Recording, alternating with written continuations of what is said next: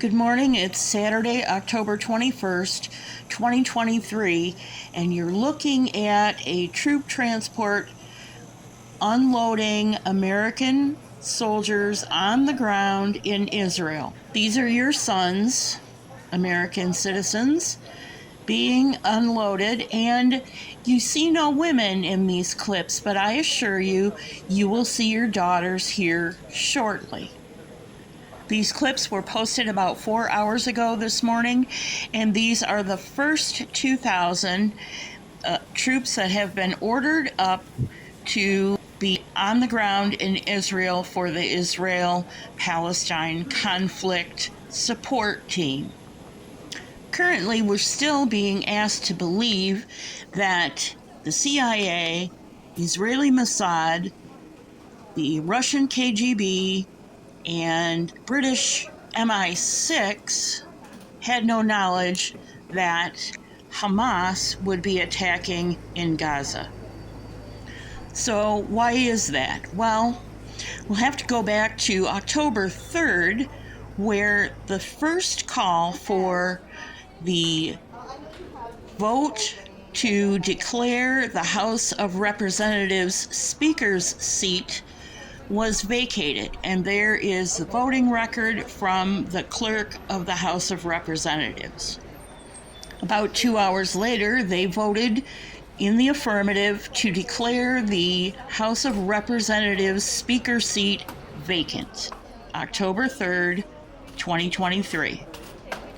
2 weeks later, after much wrangling, wringing of hands, and infighting in the Republican Party, Democrats voted in a bloc, and Hakeem Jeffries carried the simple majority of 212. But it's not as simple as a simple majority. You must carry the majority of your own party's representation. In this case, 217 votes.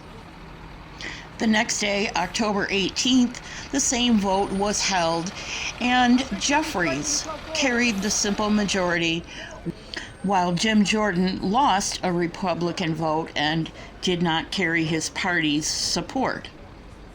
After the Republicans' second failure to coalesce behind their candidate, I posted this comment with a link to Kevin McCarthy's remarks after that second round, and I said, isn't it interesting that the American press continues to go to Kevin McCarthy, the former and ousted Speaker of the House, for commentary?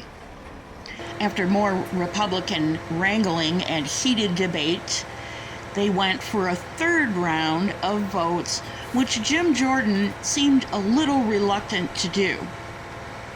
Nevertheless, former Speaker of the House Kevin McCarthy, in his role as head of the House Republicans, got up and nominated Jim Jordan for a third round. Now, I have to point out that it took Kevin McCarthy 15 rounds, and he lost votes round after round, as is the pattern with Jim Jordan currently. Nevertheless, he did win the House speakership and served for roughly 9 months and some change. The annotation that I put up on the vote tally says that 4 members of the House of Representatives couldn't be bothered to show up to vote for whatever reason.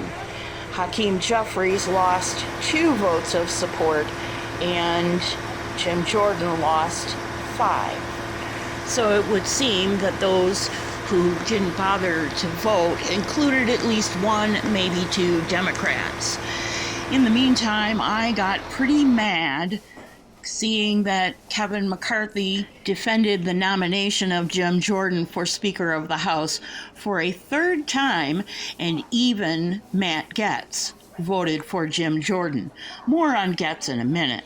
Pennsylvania Representative Scott Gordon Perry of Pennsylvania had this to say: If you're not going to vote for Jim Jordan, you at least owe it to the American people to tell them the real reason. And I retweeted his quote with this: "What House Republicans are doing is disgusting. I'd vote for the barn cat before reelecting any of you principled holdouts. At least the barn cat does its job." Now, I'm sure that there are some who misinterpreted what I said as being directed at Representative Perry. It was not. It was in agreement, and I realized as I was typing it that I needed to word my disdain for the Republicans not being able to come to agreement very carefully. In retrospect, probably not carefully enough, but I don't retract or regret the sentiment that I expressed. Now let's talk about Representative Matt Gaetz from Florida, a Republican, and his, quote, crazy eight, quote, who set this whole mess in motion. Really encouraging for Jim Jordan for Speaker, and it seems as though the 20 or so holdouts against Jim Jordan have no goals, have no asks, have no objectives other than to see the 8 of us suffer some consequence for having removed. So we've made them an offer. The 8 of us have said that we are willing to accept censure, sanction, suspension, removal from the Republican conference. We, of course, will remain Republicans. We will continue to vote with Republicans on Republican principles. But if what these holdouts need is a pound of our flesh, we're willing to give it to them in order to see them elect Jim Jordan for Speaker. All 8 of you have agreed to that? That's correct. Yep. The world's on fire. Some of your colleagues do blame you for this disruption. Well, I would say that we've got a speaker designate. We could elect him. We could have a speaker right now. And, I think the world was on fire when America sat atop a $33 trillion debt with no plan to reduce spending. I think the world was on fire as we watched the dollar just continue to slip away in its status as the global reserve currency. So maybe when the lobbyists and the special interests don't have total control of a Speaker of the House, they think the world is on fire and in chaos. But we actually believe this is governing, this is legislating, this is working through our differences. We believe Jim Jordan is an inspirational Republican candidate for House Speaker. And for those who are holding out, we would simply ask, what do you want? Other than for us to suffer some consequence, which we stand ready to endure. For 9.5 months, the Republican Party failed the American people. We delivered no wins for the American people in the first 9.5 months. The two opportunities we had to force positive change for the American people with the Democrat Senate and Democrat White House was the debt ceiling and the continuing resolution, both of which we did what Democrats overwhelmingly wanted us to do. Jim Jordan represents a chance to put a fighter and a leader at the top of the Republican Congress that will actually work for the American people instead of the special interests. Congressman, those that are talking about it, when I talk to them, they say that they have no problem with Jim Jordan. They see strong arm tactics, they see the way deep squeeze, they don't trust him. They're saying the same things you said about him. How do you not respect that kind of thing? Well, we know Jim Jordan. I've worked with Jim Jordan on the House Judiciary Committee. He's not a person who leads through strong-arm tactics. I think that Jim Jordan is being unfairly blamed by some for the tactics of outside groups that Jim Jordan has no control over. We want to meet with our colleagues. We want to understand how they can get to a comfort level with Jim Jordan. We in January allowed the ascent of Kevin McCarthy to the speakership. We had specific goals. When those promises were made to meet those goals, we were willing to work with the team. So our call is to our fellow Republicans to vote with the team, work with the team, help us elect a Republican speaker. And hold on. I'll run that timeline for you while I give you some more comments.